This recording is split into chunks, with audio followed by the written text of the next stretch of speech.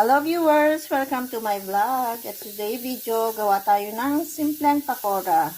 Ang ingredients natin, pinaghalo na natin ang ating patatas o potato, ang ating onion o sibuyas,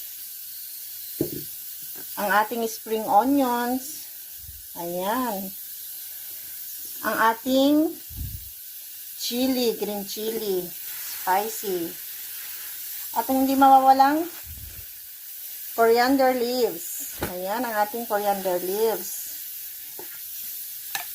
Nilagay natin sa isang bowl. Linagyan natin ng konting corn flour.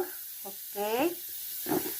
Linagyan natin ng, ayan, ang ating chickpeas o ang ating basin. Tawag basin. Hindi ko alam kung tama yung pronunciation ko. Anyway, linagyan natin ng asin or salt. Ang ating black pepper.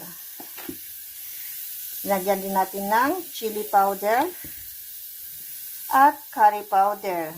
Siyempre, ang ating pang prito o frying oil.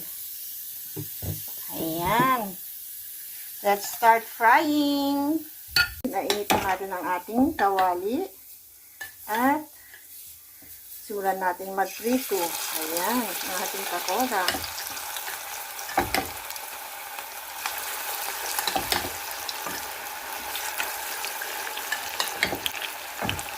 At ito na ang ating, prito na ang ating pakora.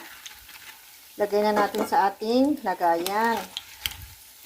Ayan. Yan ang ating pakora. At maglagay ulit tayo.